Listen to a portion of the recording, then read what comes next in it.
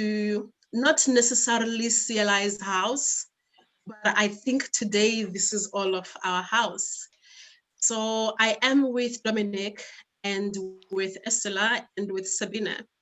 I think most of you have already met Estela and Sabina a couple of times. So today's session is also a little bit different because it is the wrap-up event for this DigiPeer program that has really landed in this very interesting way, but also interesting time. However, going back to today's session, I think I am a little bit excited because I will not be wearing my facilitator trainer hat. Today's event, is more about you. The floor is more given to the participants to really take charge or take the direction, of today's learning. So for me and Dominic, we very much look forward to taking a step back and be facilitated through by your way of sharing your expertise, your experiences, and we see where that conversation is taking us. And yes, also we were also trying to think about, as you have seen with the previous events, that our workshops or these seminars are always accompanied by session goals or event goals. And in looking at the work that we have done with you from the very first DigiPeer event, we then decided that we would have these 3 high-level goals, which are looking at how we can engage in exchange and learning among DigiPeer participants. So all of us today are peers, all of us are facilitators, and we are going to look at the best practices that have come out of the work that you have been doing, especially in 2020, ranging from digital dialogues and also how you have been implementing collaboration in this very digital way. And also we will hear about important developments in this field of really moving from this in-person way of collaboration, but also integrating some elements of doing things digitally. And I guess for some of us in various ways, or for all of us, we have become connected in one way or another. So we are hoping that also today's session will solidify that deepening of trust, that we are all these professionals in this space. We are all connected by SDG number 17. And also we have perhaps become individuals that can also call upon each other. Or maybe I could call up Adelia, for example, if I'm stuck somewhere in the way that I do my work, because I now know that Adelia also has expertise, in these various perhaps SDG goals. So we are hoping that today's program will also remind you that you are now within this network of peers with various expertise. And also discuss ways and discuss ways in a very open way how you would perhaps like to keep in touch with each other, as these professionals that have been coming to CLI seminars. So how you'd like to keep in touch with each other, and if appropriate, also how you would like to keep in touch with us CLI, what would be the best ways for us to keep in touch with you. So those are the high level goals that will guide our session today. And as we always do, we will do very quick introductions this time around. So you are not going to tell us what you are doing. You're not going to tell us how many dogs you have. But if you could just perhaps, if I may model this, you'll just tell us your name and where you are joining us from. For example, you will say, hi, my name is Dakwa. I am from the Collective Leadership Institute, and I'm currently joining you from Uganda. and then it will move to the next person, just so that we can also hear the names. Yes, so Takwa, because I've made an example about you, so I will give you the mic to go first and just do a quick, let's see. Okay, so I am now going to hand over to Sabina. Sabina will take us through setting the scene for the day, and also perhaps a little bit how DigiPeer was, a brainchild of CLI and our partners, but also that project that landed as, I guess, the world was really pressing us to think creatively on how we do collaboration. So Sabina, the floor is yours. Yeah, thank you. So I'd like to invite you to travel a little bit back 1 year. In October 2019, I was sitting with Ursula on a table. So you have me thinking about how we can support civil society people in their international collaboration projects. I'm here at CLI's mostly supporting civil society actors in their establishment of multi-stakeholder partnership processes. And there was a moment where we could see, let's support them also complementary to the analog world. And Ursula has a vision, because she is our digital expert here in the office, the vision of collaborating with, creating good dialogues in a digital space without noticing that you're actually in a digital room. And that was the moment where we said, okay, let's see what we can do. And we researched for fundings, we got the funds. And that was in October 2019, not knowing what's going to happen this year. So I would like to share with you a couple of slides that illustrate, on the one hand, our journey, but also emphasize the necessity of this topic of digitalization for sustainable development. And the first question that comes up here is, how can digitalization support sustainable development? I mentioned that we asked ourselves 1 year ago, based on our multiple experiences on global collaboration processes, what can we do in order to support civil society people? And what we thought is, we'd like to promote awareness of the practice of digital communication, but also on process management, in order to enliven dialogues for successful development cooperation. So the idea of the DigiPeer program was basically to provide information on general international trends, very basic ones, enable a space to share experiences and knowledge on the experiences you have working together with other people internationally, but also, and especially above all, to provide a room where we can practice to facilitate dialogues and collaboration processes, reflect together on how we can improve our dialogues and our collaboration, and provide something more meaningful for the processes and the implementation of development cooperation.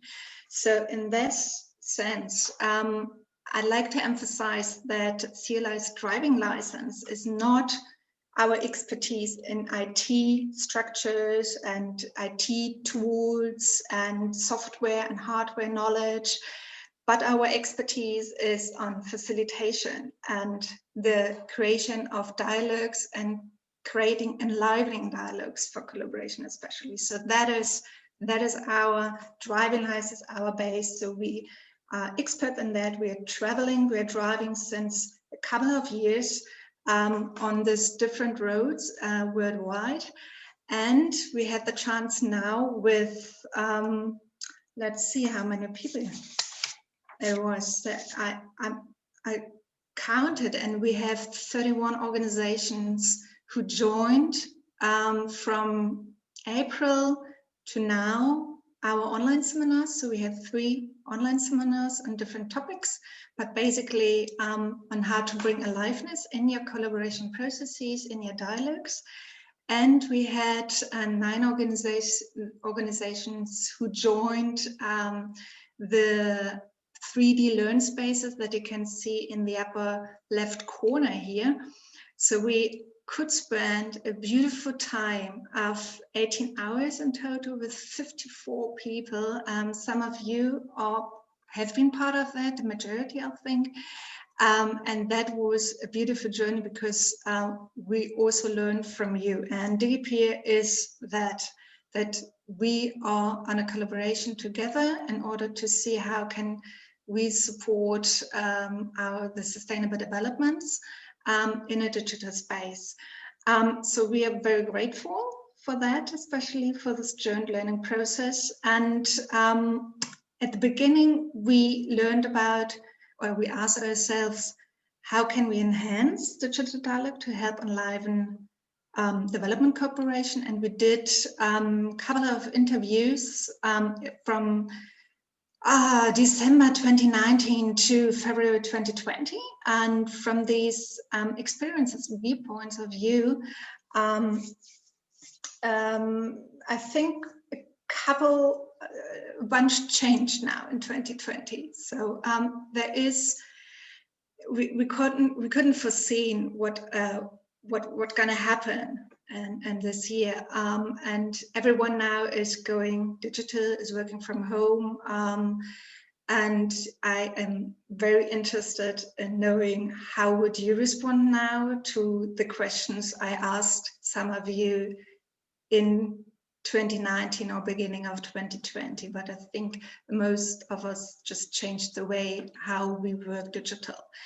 But before COVID 2019, so the experience that has been shared by people we interviewed were that most of them recognized that there's a great innovation potential in digital dialogues for development cooperation that should be harnessed, and that included above all the management part. So the management of knowledge, the management of roles and responsibilities, the management of processes and data and information. It was less on joint learning, so team learning and evaluation or monitoring of work. I think that is hopefully different now.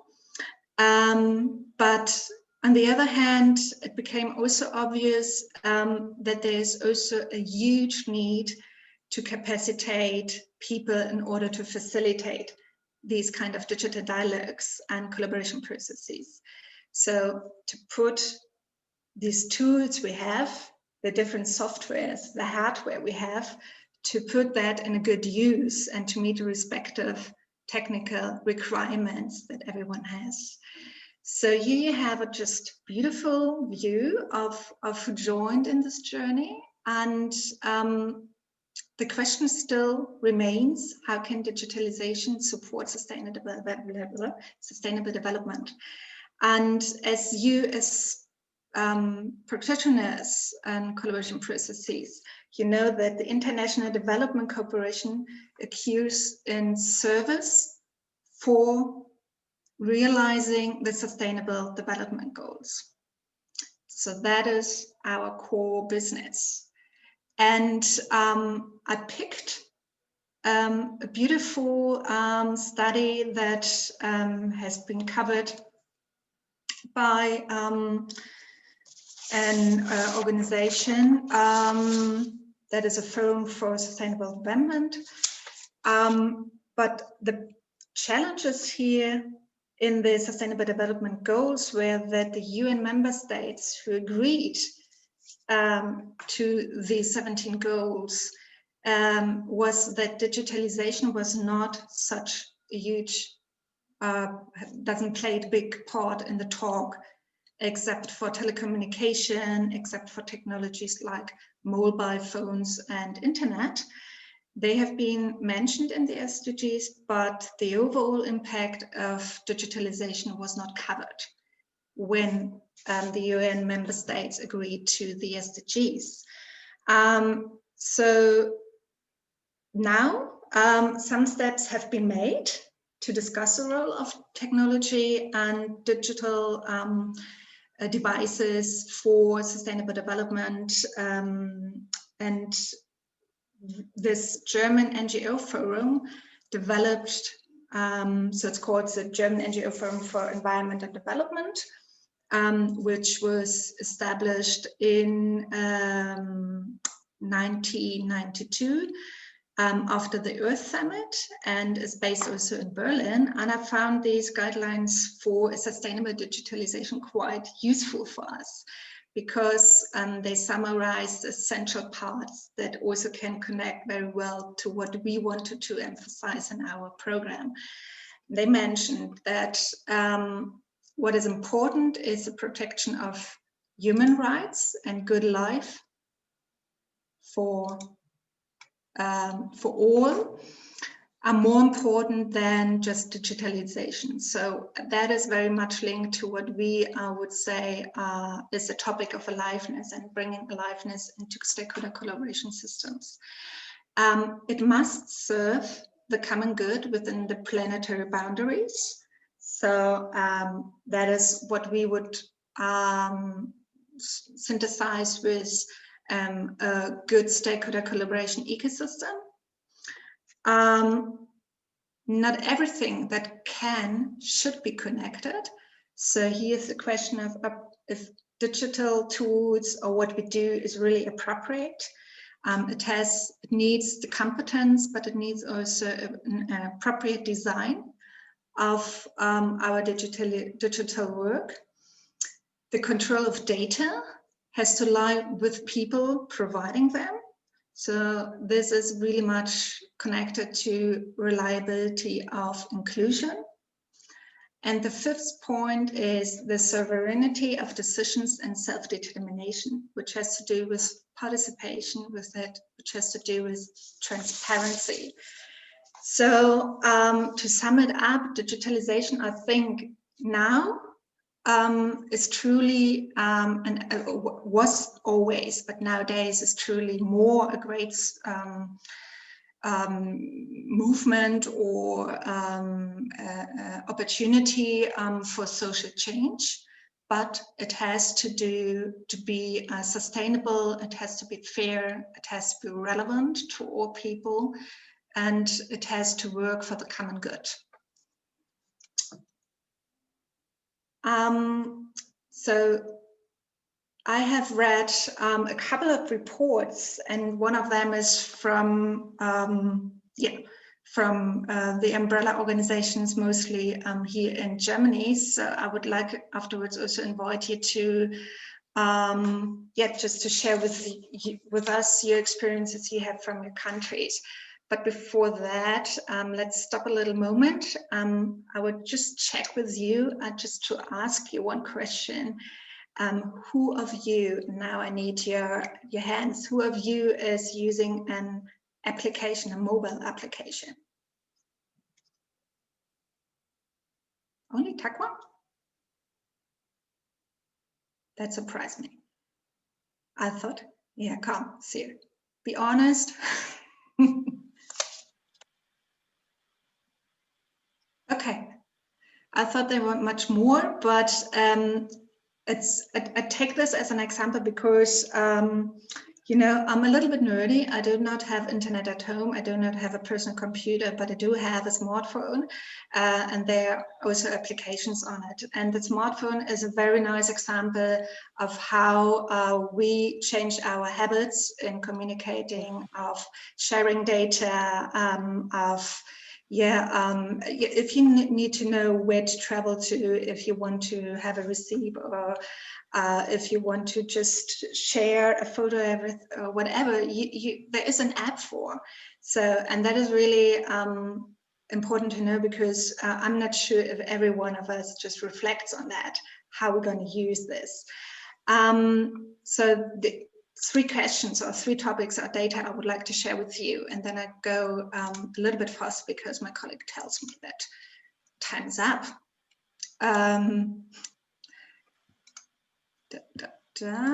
So there are a couple of data I'd like to share when we talk also about digitalization is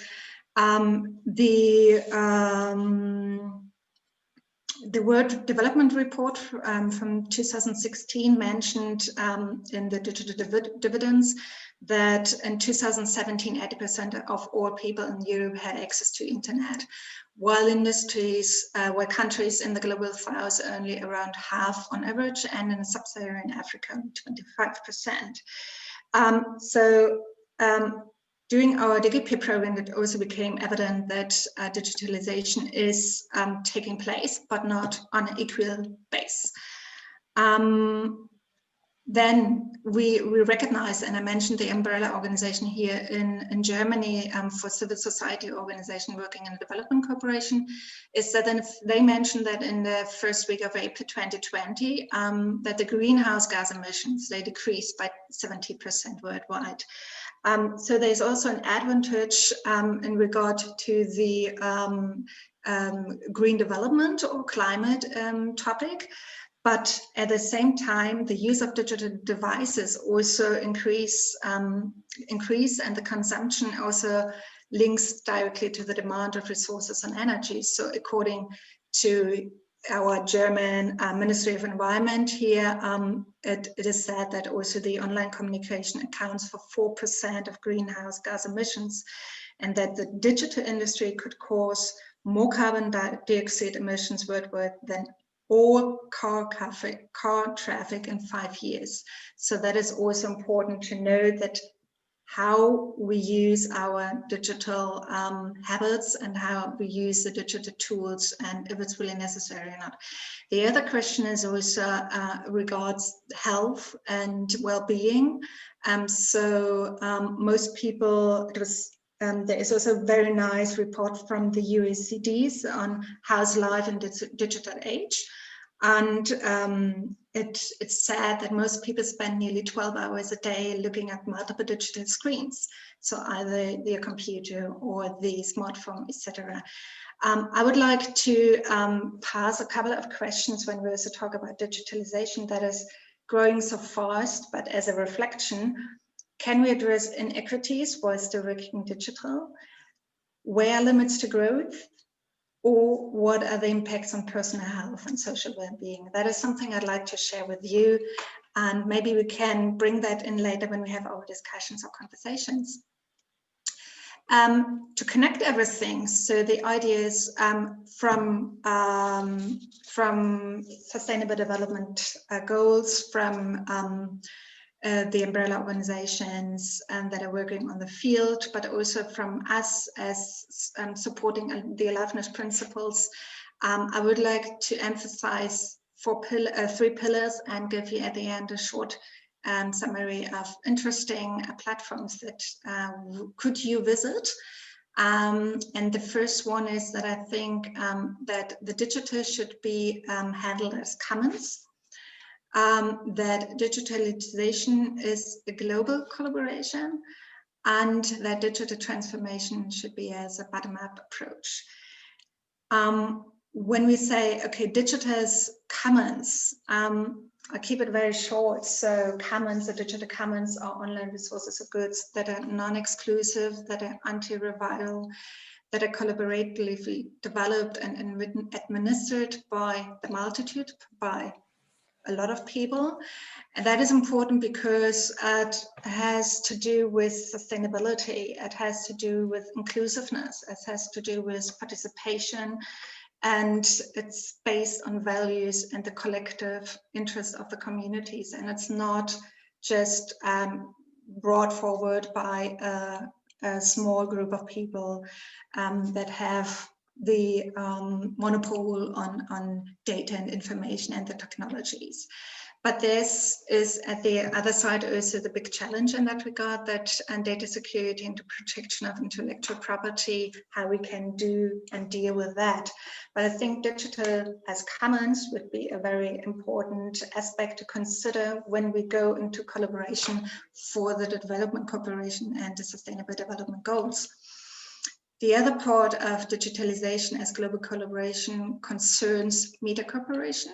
That means that we equally participate in a transparent manner, and that we capacitate also each other in order to participate in a collaboration. Therefore, DigiPeer elaborated a lot of tools to say, okay, what do we need to do to facilitate such kind of dialogues? But that is one part. There are also other parts that are relevant.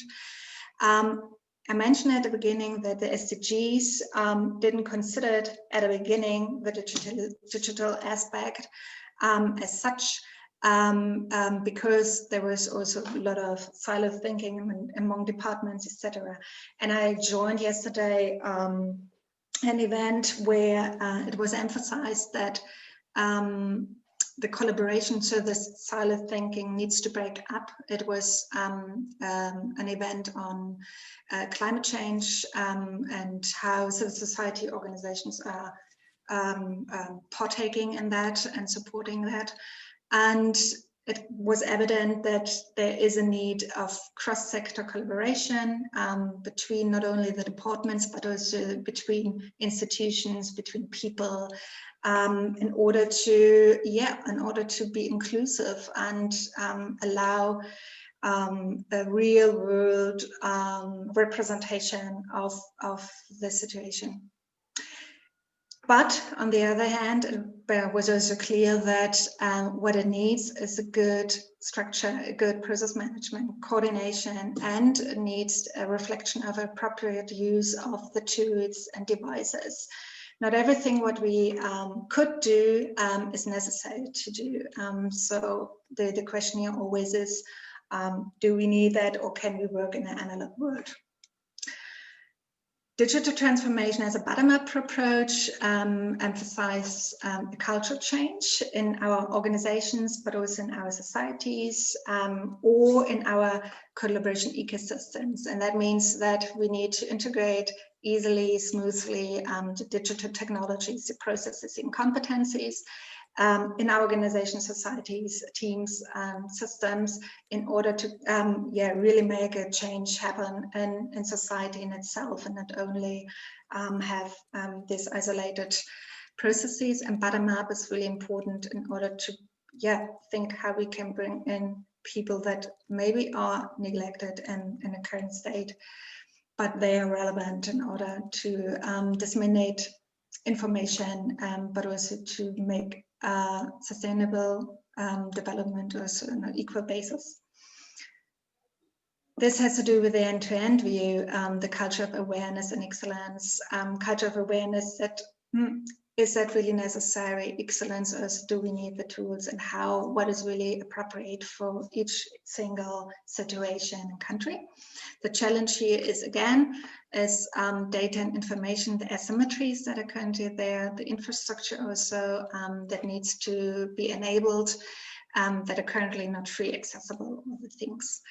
I would like to share with you 3 examples that I like very much, but there are a couple of more platforms that emphasize digitalization and regarding sustainable development goals, regarding civil society participation, or in general, just how to deal with the topic.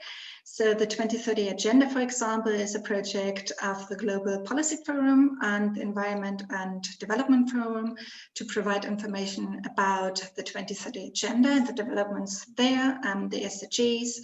It contains also a lot of information, and they have a beautiful report published there, some events, etc. But this is a nice platform here in Germany. The sustainabledigitalization.net was established also from the German NGO Forum for Environment and Development.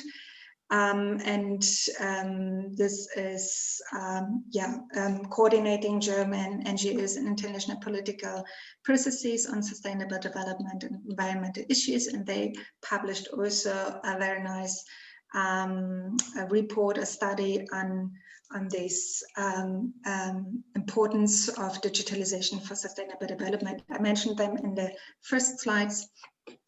And the other one is netzwerkpolitik.org, which is a platform for digital freedom rights.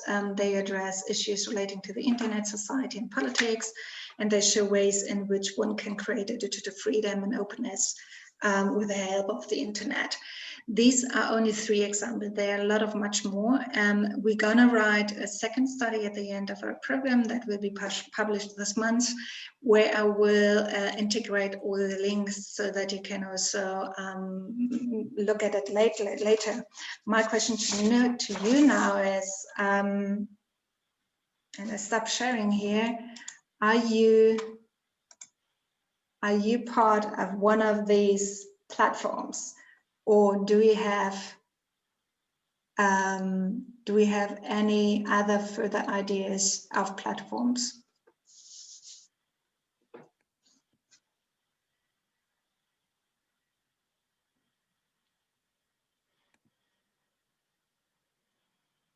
Is someone from Germany? Because this are a lot of German people. So I'm not sure if do you know these platforms? Yes, hi Sabine, maybe. But it needs time to reflect, needs time for awareness, and it needs time for joint reflection and learning. And that is what also here in the DigiPeer program was the focus. So how can we bring into our exchanges also thoughts on enlivening our systems, but also our dialogues and our cooperation for development. Yes, and I think we have, I would leave one slide out. I share that with you in the second part, but I would just hand over to those who have practical examples also, and therefore I think one of you, Lulekwa and Dominic, you're guiding that. I think we will hear more from practical examples. Dominic, please lead us through this round. Thank you. Before I do so, I noticed Catherine has her hand up. Did you have a comment, Catherine? And thank you as well for the diverse comments. Sabina, that was really helpful to have a broader overview of the different trends that we're seeing in digitalization over the past few years. Also the link between digitalization and the SDGs or sustainable development more broadly. What was sticking for me was that that process needs to be democratic, it needs to be inclusive and equitable. One slide that you went through rather quickly and that I would like all of us to continue to think about are the 3 questions that you asked about inequity being one thing. Can we continue to pursue digitalization and also address the inherent inequities that exist? That was one. What are the limits to growth in terms of digitalization? And also, how can we maintain our own personal and physical mental health when we're on our computers 12 hours a day? Let's all continue to think about those. We're all practitioners. We're all working in these spaces, digital, hybrid, in person. I think those questions will continue to come up now in our practical presentations that we'll get from three participants. Just one note, I want to emphasize something that Ursula put in the text chat earlier. We are only recording the CLI inputs, and Ursula is doing this on speaker view. So none of you are being recorded. Your image, your name, it's not there. For the sake of your privacy and confidentiality, we won't be recording the presentations from participants either. Lulekwa and I, and with you, will though reflect on and document what's being shared so that we do have a set of best practices and lessons learned that are emerging from this webinar today. And with that, because you're not being recorded, I do encourage, as much as you feel comfortable, to use your video so that we can see one another's faces and interact as much as possible. One small adjustment in the schedule. We're going to have, we're really grateful to have Betsy, Katrine, and Natalia offering now really concrete inputs. Within this broader landscape that Sabina painted, we'll have 3 inputs from them on their work in digital dialogues, in digital collaboration. So 3 specific examples. I'd like to suggest that Betsy go first, and then we've had Sabina's presentation, Betsy's presentation. We'll have a little bit of plenary discussion after that. And Katrine, I suggest that your presentation then come just after a short break, along with Natalia's, and then we'll have another moment for plenary discussion after those 2 presentations. Okay. Very good. Let me frame, and we'll keep to the same overall schedule though, as best we can. Let me just frame the presentations. What we did, what we offered presenters were these basic guidelines. And so this is just as, I think, just as a reminder to presenters, but also helpful for us as listeners, that our 3 presenters are being asked to share briefly the context of their project, first of all, so we know what they're talking about. And then in particular, reflect on the integration of e-dialogues, e-collaborations among their stakeholders. How did those work? Maybe it was exclusively online collaboration, perhaps there were hybrid elements or even in-person elements. And then what we're looking for and listening for as well are biggest learnings and also best practices from these experiences. So while our presenters are sharing, they'll speak each for about 5 to 7 minutes so that we have lots of time for discussion. We would ask everyone else to focus on these areas. So let's listen for the lessons learned that we're hearing. Of course, especially those that are applicable to your own context, to your own work, and then also the best practices. How could those be adapted and applied in your own context? We'll have a little conversation after Betsy's presentation, and then following Katrine and Natalia's presentations. And then also, we are very open to hearing additional examples of lessons or best practices from anyone else who wishes to share or is inspired to share something after the presentation. All right. Okay, so then without any further ado, we have Betsy Matai. If you remember the campus, they are connecting us into thinking about future possibilities. So what is next? So from here, what is next? So for me, the 2 important questions, this question of engagement. So how do we now engage our donors, in really to be our thinking partners as we shift the budgets around and some of these activities? And the second question as well, before I hand over to Dominic, because there's construction people outside, but the second question also is, how do we engage our government, to really have our projects, to have this multi, stakeholder partnership approach, and also get through this hurdle of having them, to suffer from the embarrassment of having to air their dirty laundries. So not only perhaps maybe government, but how do we engage the communities that we are working with so that we also start to see them as resources? And I think that also came from Betsy's example, that also when we see communities as part of the stakeholder grouping, not just as beneficiaries, then we see that the quality of our collaboration improves. And then my last point is on whether we are collaborating digitally, whether we are making use of dialogues, but the principles of engagement remain the same. Is our engagement inclusive? Are we really conducting proper stakeholder mappings and analysis? So those principles for me, what came out of your example is that they should remain the same. But Dominic, I'm going to hand over to you because there's quite noise from my side, and also please lead us to the closing. Thank you, Lulekwa. There are just a couple of last steps we'd like to take with you as a group. I know we're a little bit over schedule at the moment. Just a closing thought from my side that I'm going to give the floor to Sabina. She wants to ask you about if and how you'd like to stay in touch as DigiPeer alumni, so to speak. And then we'll have a group photo and a quick checkout. One thought that I wanted to emphasize is around vision. I know this question came up.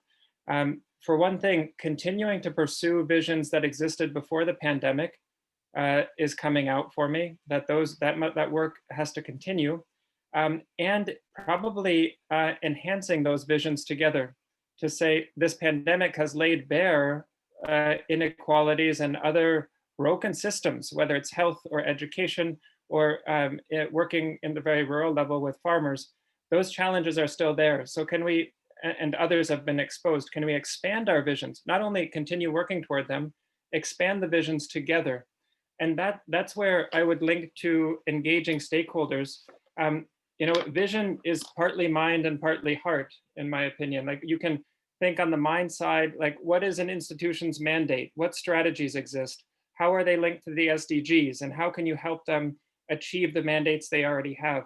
The value proposition in terms of engagement that Betsy was talking about, or Joseph talking about, needs assessment. How does that link to vision? So there's a whole lot of analysis you can do to get people on board around a shared vision, around mind.